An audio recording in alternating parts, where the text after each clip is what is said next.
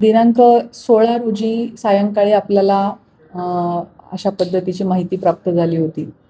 आपण तात्काळ त्याची फिर्याद नोंदवली आणि गुन्हा दाखल केल्यानंतर पुढील अटकेची कारवाईसुद्धा करण्यात आली. सो बेसिकली याच्यामध्ये जो भोंदू आहे त्याने समोरचे पीडित व्यक्तीचा छळ केलेला आहे, त्याला अमानुष वागणूक दिलेली आहे, मॉलेस्टेशन केलेलं आहे, रेप केलेला आहे आणि त्याच्यामुळे आपण सर्व संबंधित कलम आणि सुपरस्टिशन्स ॲक्टशी संबंधित कलम याप्रमाणे गुन्हा दाखल केलेला आहे. यामध्ये आत्तापर्यंत एकूण 8 आरोपी अटक करण्यात आलेले आहेत, ज्यामध्ये 2 पुरुष आणि 6 महिला आरोपितांचा समावेश आहे.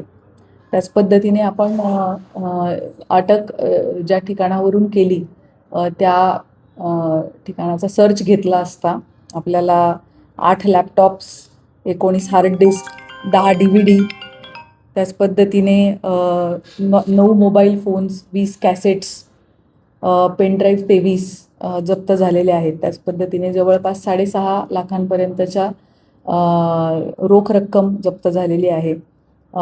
15 लाखापेक्षा जास्त किमतीचं सोने चांदी मौल्यवान धातू जप्त झालेला आहे आणि याशिवाय मोठ्या प्रमाणामध्ये तिथे मेडिसिन्स मिळालेले आहेत. त्यातली काही प्रमाणामध्ये एक्सपायरी झालेले आहेत, काही एक्सपायरी न झालेले पण आहेत, परंतु मोठ्या प्रमाणामध्ये तिथे मेडिसिन्स सुद्धा मिळून आलेले आहेत.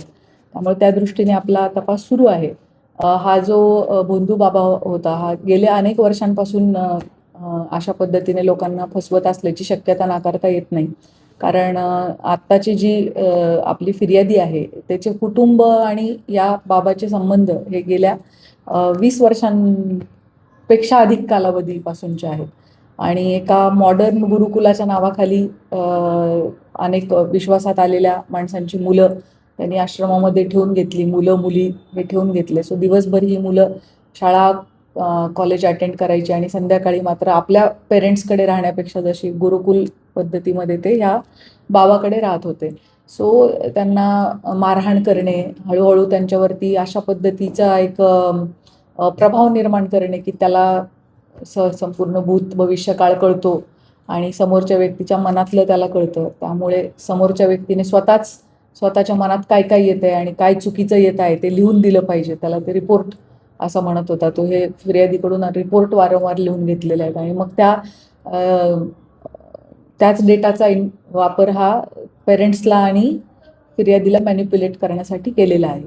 सो कुटुंबियांपासून फिर्यादीला तोडण्यात आलेलं होतं आणि दोन्ही पण बाजूंना मॅनिप्युलेट करण्यात आलेलं होतं आणि या सगळ्या परिस्थितीचा फायदा घेऊन मग ह्या फिर्यादीवरती बलात्कार करण्यात आलेला आहे. इतर अनेक अमानुष पद्धतीचे छळ, मारहाण करण्यात आलेली आहे आणि हे सगळं माझ्यामध्ये दैवी शक्ती आहे आणि मला सगळं कळतं असं भासून केलेलं आहे. त्यामुळे सुपरस्टिशन्स ॲक्टची कलमं आपण त्याच्यामध्ये लावलेली आहे.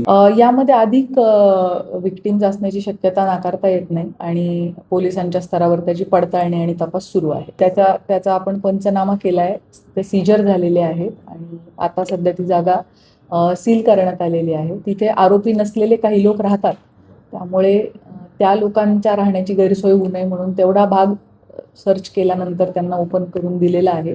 उर्वरित भाग ज्यामध्ये हा बाबा स्वतः राहत होता तो भाग मात्र सील आहे.